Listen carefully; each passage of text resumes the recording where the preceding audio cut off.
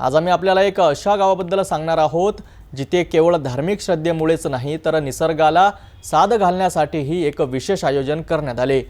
धारणी तालुक्यातील मान्सूनची वाट पाहणाऱ्या शेतकऱ्यांसाठी कुसुमकोट बुजुर्ग येथील हनुमान मंदिरात अखंड रामायण पाठाचे आयोजन करण्यात आले। धारणी तालुक्याच्या मुख्यालयापासून अवघ्या 3 किलोमीटर अंतरावर असलेल्या कुसुमकोट बुजुर्ग गावात जागृत हनुमान मंदिर आहे। या मंदिराशी केवळ या गावातीलच नव्हे तर संपूर्ण तालुक्यातील आध्यात्मिक भावना जोडलेल्या आहेत। दरवर्षीप्रमाणे यंदाही येथे अखंड रामायण पाठाचे आयोजन करण्यात आले होते। स्थानिक ग्रामस्थांच्या मध्ये मेळघाटातील शेतकरी रामायण पाठाशिवाय सुखावत नाही आणि जोपर्यंत हा पाठ होत नाही तोपर्यंत तालुक्यात पाऊस पडत नाही। मंदिराचे वैशिष्ट्य असे आहे की रामायण आणि हनुमान चालीसा पठण केल्याने संपूर्ण धारणी तालुक्यात पावसाची हजेरी लागते अशी नागरिकांची दृढ श्रद्धा आहे। यामुळेच पावसासाठी आर्त प्रार्थना करत गावकऱ्यांनी या अखंड रामायण पाठाचे आयोजन केले।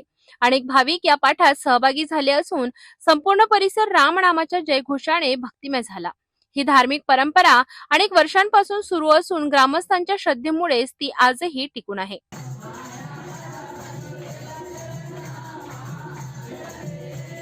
निसर्गाच्या अनियमितपणामुळे त्रस्त झालेल्या नागरिकांनी ही श्रद्धा, त्यांची आशा आणि एकजुटता दर्शविते।